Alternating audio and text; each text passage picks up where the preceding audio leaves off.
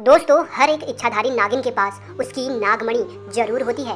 कहते हैं जब स्वाति नक्षत्र की पहली बारिश होती है तो उसकी पहली बूंद कोबरा सांप के मुंह में अगर चली जाए तो वह सांप अपने मुंह से नागमणि उत्पन्न करता है। जब एक सांप नागमणि पा लेता है तो उसमें कई सारी शक्तियां आ जाती हैं, जैसे कि नाग का मनुष्य रूप धारण करना, मनचाही जगह पर पलक झपकते ही पहुंच जाना, अपना आकार कितना भी बड़ा कर देना और कितना भी छोटा कर लेना। ये सभी शक्तियाँ उसके पास आ जाती है। कहते हैं नागमणि की रोशनी बहुत ही ज़्यादा तेज होती है कि इसका प्रकाश कई किलोमीटर दूर से भी देखा जा सकता है। परंतु दोस्तों, एक इच्छाधारी नागिन अपने नागमणि को हमेशा लोगों की नज़रों से छुपा कर रखती है, परंतु जब भी कोई उसकी नागमणि उससे छीन ले तो नागिन का गुस्सा सातवें आसमान में होता है। ऐसी ही एक सच्ची घटना आज हम आपको बताने वाले हैं, जो कि बिहार के दरभंगा के एक ऐसे गाँव में घटी जो कि जंगल के बिल्कुल करीब बसा हुआ है।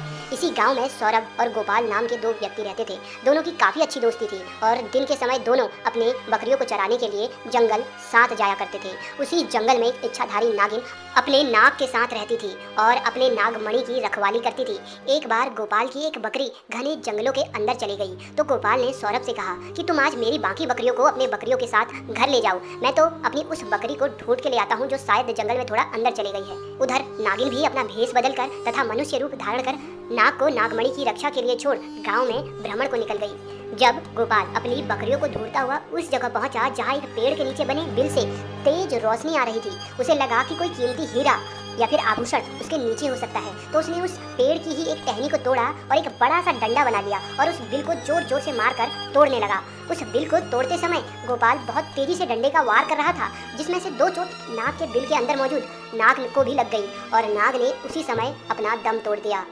जब गोपाल ने मरे हुए नाग को देखा और उसके पास तेज चमकती मणि को देखा तो वो समझ गया कि वो चमकती चीज नागमणि ही है।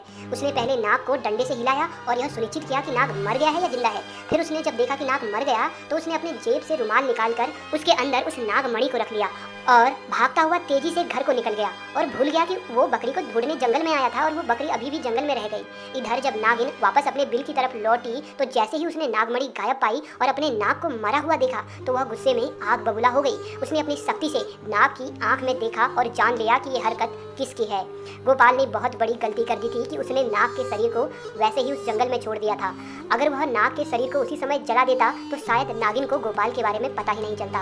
उधर गोपाल बहुत खुश था क्योंकि उसे दुनिया की सबसे शक्तिशाली चीज नागमणि जो मिल चुकी थी। गोपाल जब घर पहुंचा तो सबसे पहले उसने नागमणि अपने हाथ में पकड़ी और यह इच्छा जताई कि उसकी खोई हुई बकरी उसे मिल जाए। दोस्तों, चमत्कार हुआ कि अगले ही पल वह बकरी उनके घर के दरवाजे पर थी। गोपाल ये सब देखकर बहुत खुश हो गया। उसने नागमणि की सहायता से अपने घर को ही बदल दिया और अब वह गांव का सबसे अमीर इंसान बन चुका था और वह केवल और केवल नागमणि की मदद से। उधर नागिन अपने नाग का बदला गोपाल से लेने के लिए बेकरार थी, परंतु वह विवश थी क्योंकि गोपाल के पास नागमणि थी और वह तब तक गोपाल को नुकसान नहीं पहुंचा सकती थी जब तक उसके आसपास वो नागमणि हो।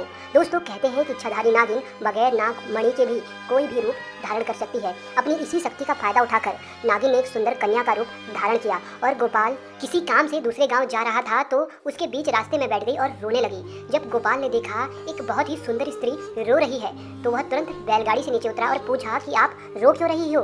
तो नागिन के भेष में उस स्त्री ने कहा, मेरा नाम पायल है और मैं अपने पति के साथ दूसरे गाँव में रहती थी, परंतु कल वह एक अन्य स्त्री के साथ शादी करके आ गया और मुझे मार मार कर घर से बाहर निकाल दिया है। मैं बेसहारा हूँ, लाचार हूँ। गोपाल को उस स्त्री पर तरस आ गया और उसकी सुंदरता से गोपाल बहुत आकर्षित भी हुआ। वह उसे अपने साथ घर ले आया। धीरे धीरे नागिन और गोपाल में दोस्ती शुरू हो गई और दोस्ती इतनी गहरी होती चली गई कि गोपाल को पता ही नहीं चला कि कब वह उस स्त्री से प्यार में फंस चुका था।